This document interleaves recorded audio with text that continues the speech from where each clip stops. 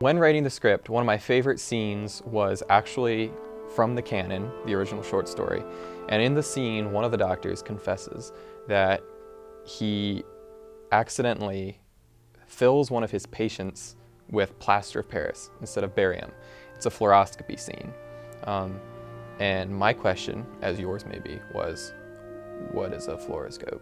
And I looked it up, and it's that thing in all the cartoons where you hold like the X-ray tab in front of yourself and you see like your rib cage. It's a fluoroscope. I was just like, that's awesome. We'll get one from a prop shop somewhere. A 1950s fluoroscope, which is kind of like a needle in a haystack. No one really has a fluoroscope. And this became a problem that didn't go away. And we searched for a real long, like an extensive period. We were approaching the weekend of shooting that required the fluoroscope, and we didn't have one. So we called everybody that we can think of. Calls Warner Brothers, talks to their prop shop manager, some guy who worked in the shop, and he's just like, you should look at this website. And we ended up finding one. And it's in a prop house in Brooklyn. And we found it 2 days before we were supposed to need it, like before we were supposed to shoot it. Tim and I ended up hopping in my pickup truck. We drove the 6 hours or whatever it is up to Brooklyn. Drove a pickup truck through Chinatown to this prop shop where we picked up the fluoroscope, loaded it in the back, and then drove 6 hours back in one day and had it ready to shoot. And it looks awesome. It's my favorite prop by far.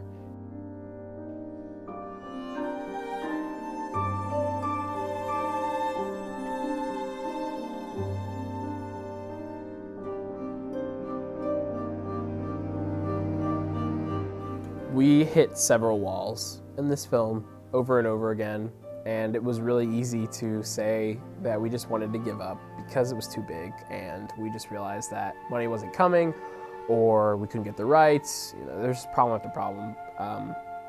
And one of the biggest problems that came, at least during pre-production, was the fact that Justin Winters, our actor, had some prerequisites he had to accomplish in order to graduate from his MFA degree, and he had to be there for those. And we had already locked our dates down, so we were like, okay, we'll just look for someone else. I sent over 100 emails to different actors and seeing if they wanted to fill the role.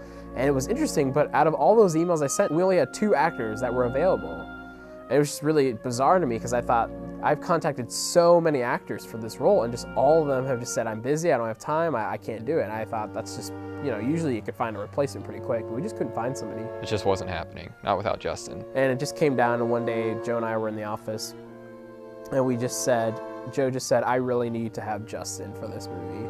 And the only way we could do that is to move the first weekend after the last weekend. So we got on the phone, called 40 people, the cast, the crew, the caterers, locations, everyone. And it worked out.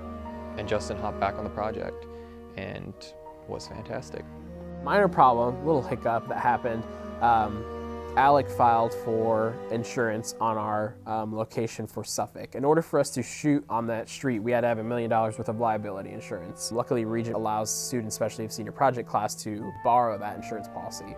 And so he filed for it, and we needed it that Saturday. And Alec filed it Wednesday. Okay, well, Thursday, the insurance company was closed, but Regent was open. So Regent sent it to the insurance company.